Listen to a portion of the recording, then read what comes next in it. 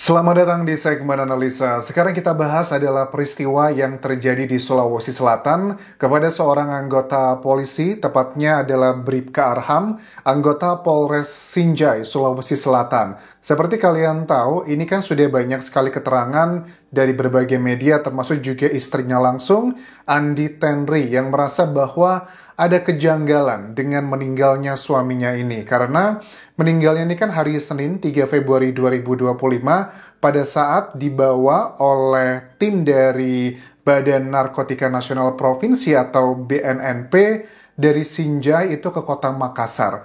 Karena unik ya, proses perjalanannya itu kok bisa menjadi bagian terakhir dari Bribka Arham menghembuskan nafas terakhir. Padahal di hari yang sama juga, menurut istri mendiang Bribka Arham ini, sekitar jam 2 atau menjelang jam 3 sore, tepatnya pukul 14:44, itu mendapatkan komunikasi terakhir dengan sang suami. Ada kata-kata yang mengindikasikan bahwa ini ada sesuatu hal yang tidak benar. Oke, kita bahas kronologi pertama terlebih dulu. Ini adalah berdasarkan keterangan dari Kombes Pol Ardiansyah yang merupakan Kabid Pemberantasan dan Intelijen BNNP Sulawesi Selatan.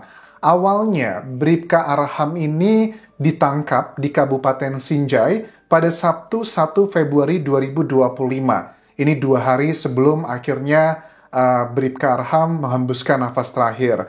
Penangkapan ini karena berdasarkan pengembangan kasus penyalahgunaan narkocoy, teman-teman.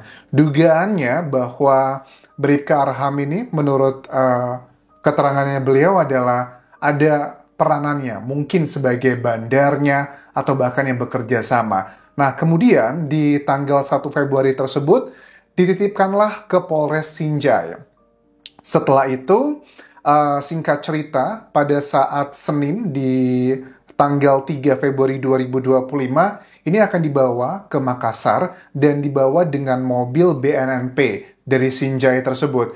Dan pada saat perjalanan, dia ini didudukan di belakang mobil dengan kondisi tangan terborgol. Nah, dalam perjalanan ke kota Makassar itu, tiba-tiba menurut keterangan dari sejumlah anggota yang berada di mobil tersebut, Bribka Arham ini minum cairan pembersih kaca yang ada di dekat dia duduk di mobil tersebut. Anggota sempat melakukan pertolongan dengan memberikan minuman air putih. Kemudian langsung dibawa ke Rumah Sakit Umum Daerah Sultan Daeng Raja, namun tidak berhasil diselamatkan. Setelah itu kemudian langsung dibawa ke Rumah Sakit Bayangkara ya untuk dilakukan proses otopsi. Untuk bagian kronologi awal ini sih jujur percaya nggak percaya ya, karena kan artinya dia sudah diinapkan lah, apapun sebutannya, ditahan kah atau diinapkan, itu kan dari tanggal 1 Februari. 2, 3. Kalau dia mau melakukan hal tersebut, kenapa tidak dilakukan selama dia diinapkan, yang katanya di propam tersebut? Itu yang pertama. Yang kedua juga, menurut keterangan Andi Tenri, istri dari Bribka Arham, katanya dia nggak tahu kalau suaminya itu diamankan sebenarnya. Aku nggak paham nih, karena waktu aku dengerin wawancara dari Kapolres Sinjai, AKBP Hari Azhar, kan ditanya nih sama wartawannya langsung waktu wawancara Metro TV kan ya. Kan Andi Tenri bilang begini, Pak, saya itu nggak tahu kalau suami saya itu ditahan. Taunya adalah di tanggal 3 Februari 2025 pada saat suaminya mau dibawa ke Makassar. Itu adalah yang dia tahu. Percakapan yang terakhir menurut Andi Tenri adalah pukul 14:44 saya ditelepon oleh suami. Suami ngomongnya sangat menyedihkan. Dia ngomong sambil menangis yang sangat keras sekali. Dan dia bilang, tolong jaga anak-anak karena saya akan lama berada di Makassar. Kemudian saya bertanya ke suami, kenapa bisa seperti ini, Pak? Dia cuma menangis sekencang-kencangnya dan langsung teleponnya ditutup. Nggak lama, ngobrolnya paling nggak nyampe beberapa menit doang. Jam 3 sorenya, itu ditelepon balik sama istri dari Bribka Arham, tapi sudah tidak lagi diangkat teleponnya. Nah, ini kita pengen tahu sebenarnya kronologi jamnya. Jam berapa dari Sinjai ke Makassar? Kemungkinan besar mungkin ya tidak jauh dari jam tersebut, karena di sini juga dikatakan menurut Andi Tenri, nggak lama dari itu pun juga di hari Senin 3 Februari 2025, beberapa jam kemudian banyak telepon masuk ke saya, nomor-nomor asing yang ngasih kabar bahwa suaminya itu sudah menghembuskan nafas terakhir dalam perjalanan tersebut. Dan pada saat sudah tahu suaminya sudah tidak ada lagi di dunia ini, dia langsung mengunjungi rumah sakit, dan di rumah sakit itu dia melihat ada beberapa kejanggalan. Misalnya, katanya, waktu saya lihat di rumah sakit, kan kata dugaannya ya, dia kan meminum cairan pembersih kaca. Saya lihat wajahnya, mulutnya, tidak ada indikasi dia habis minum cairan yang beracun. Itu yang pertama. Yang kedua, dia melihat kayak tetesan banyak noda merah itu berkeluar dari hidungnya, plus juga dari telinganya. Apa ini penyebabnya? Apakah karena memang ini proses dari orang yang sudah nggak ada lagi di dunia seperti itu? Ataukah dugaannya ada kekerasan-kekerasan yang terjadi sebelumnya?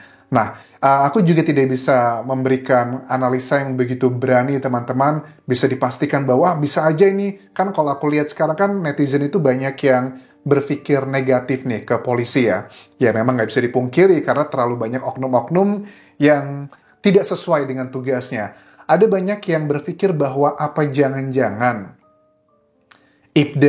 Bribka Arham ini sengaja dibungkam oleh orang-orang tertentu, biarin tidak membuka hal yang lebih besar lagi. Tetapi kalau memang seandainya itu benar ya, kenapa dilakukan eksekusinya di dalam mobil? Di mana itu ada dari BNNP-nya, ada anggota polisi juga di sana. Kenapa tidak dilakukan di tempat lain yang justru jaraknya jauh-jauh? Itu adalah pola pikir yang mungkin ada pro dan kontra, atau ada yang bilang sengaja gitu dilakukan di situ, biarin orang berpikir yang seperti tadi. Kalau memang itu sengaja oleh oknum-oknum tertentu, ya kalian paham maksudnya dibawa ke arah mana. Tapi jujur, kalau kalian berpikir bahwa, kita coba lihat dari dua sisi ya teman-teman. Karena untuk kayak oknum polisi atau militer ya lainnya gitu, yang melakukan aksi kayak mengakhiri diri itu udah bukan sekali dua kali loh. Bahkan aku juga sempat melihat ya, ada beberapa case di Indonesia setelah aku dalami yang aku curigain bahwa oh ini bisa aja ada oknum-oknum yang berusaha memanipulasi. Ternyata adalah betulan gitu ya. Ada oknum-oknum yang mengakhiri diri. Kita pikir nggak mungkin ya orang sekuat seperti itu, kok lemah banget mentalnya. Oh ternyata setelah aku cek, dia punya masalah sama istrinya. Ternyata istrinya ditinggal tugas dan sekarang sedang hamil, dan ternyata itu bukanlah anak dari hasil pernikahannya tapi dengan pria lain. Dan sang oknum tersebut begitu nggak kuatnya, akhirnya dia pergi dari dunia ini dengan cara yang sangat menyedihkan. Aku nggak mau nyebutin case-nya apa, tapi ada beberapa hal yang aku temui seperti itu. Tetapi kalau dari sini, waktu percakapan terakhir ya, dengan sang istri, dia menangis sekeras-kerasnya dan tolong jaga anak-anak. Ini kayaknya belum semuanya disampaikan ya, informasi dari istrinya. Karena waktu Kapolres Sinjai AKBP Hari Azhar yang ditanya sama presenter TV One bilang bahwa, Pak, ini kenapa Pak? Kok pada saat sang suami dari Andi Tenri itu ditangkap, kenapa keluarga tidak dikasih tahu gitu ya? Nah, secara halus karena paham keluarga lagi sedang berduka, Kapolres Sinjai bilang bahwa sebenarnya kami sudah memberitahu bahwa saat itu Bribka Arham sudah dilakukan penangkapan dan akan dibawa ke Makassar. Tapi pihak istri mengatakan, tidak, saya tidak tahu, saya taunya tuh cari-cari sendiri dan sebagainya. Ya, tidak mau berdebat karena dalam kondisi yang berduka. Aku lihat di sini Kapolres Sinjainya lebih menahan diri. Tapi dari case ini memang nggak bisa menutup kemungkinan ada sesuatu hal yang kita pengen tahu. Kan kalau dikatakan dari Kabid Pemberantasan Intelijen BNNP Sulawesi Selatan, Kombes Pol Ardiansa, penangkapannya kan berdasarkan pengembangan kasus dari penyalahgunaan narkocoy. Kita pengen tahu nih kasus awalnya apa. Dugaannya mungkin gini, ada orang ditangkap, kemudian ditangkap dia sebagai pemakai, kemudian dicari tahu kamu dapat barangnya dari mana. Mungkin ya seperti itu. Atau cari ada case-case yang mirip seperti itu. Tapi kalau menurut kalian, apakah ini ada kejanggalan? Ataukah memang dia memang sudah berniat melakukannya sendiri. Kita masih menunggu hasil otopsi sih. Cuman kalau ngelihat dari kronologi ini, otopsi kan tidak menunjukkan siapa pelakunya atau kejanggalannya, enggak. Karena otopsi kan paling yang dicari tahu adalah mengenai waktu kematian sama penyebabnya apa begitu. Kalau dari penyebabnya ternyata ditemukan betulan ada cairan pembersih kaca tersebut, tapi itu tidak bermakna apapun data tersebut. Karena apa? Bisa aja. Kan kita nggak bisa ngeliat nih, apakah dia minum cairan tersebut karena keinginan dirinya sendiri, atau dipaksa oleh orang lain, atau seperti apa. Karena yang sekarang sedang menjadi penantian dari keluarga, karena kita paham ya, pasti ada banyak kecurigaan di sini, ngerasa bahwa ada yang janggal ya hasil otopsinya seperti apa. Ya, penyebabnya beneran nggak? Apakah gara-gara cairan tersebut? Dan kalau ternyata penyebabnya bukan karena cairan tersebut, wah, ini bakal rame lagi. Jangan-jangan ada kayak kasus-kasus yang dulu itu kan ya, yang heboh banget sesama anggota polisi juga.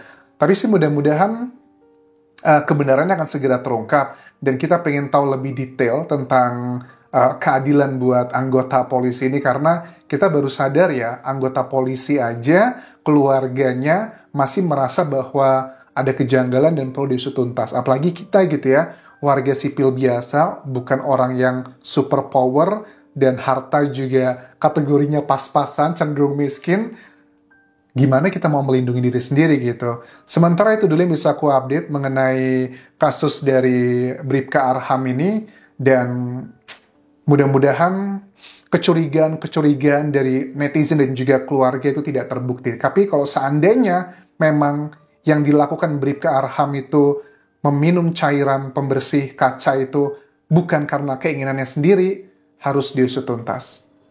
Kayaknya ada banyak masyarakat sekarang yang sudah mulai kayak rasa kepercayaannya terhadap polisi itu turun banget ya kalau aku lihat sekarang, dengan banyaknya oknum-oknum yang melakukan hal-hal yang tidak seharusnya. Tapi kita juga harus fair, tidak semua polisi itu jahat, tapi ada banyak juga polisi yang masih jujur, yang masih memperjuangkan keadilan sesuai dengan tugasnya. Terima kasih sudah menonton. Sampai ketemu lagi di video berikutnya.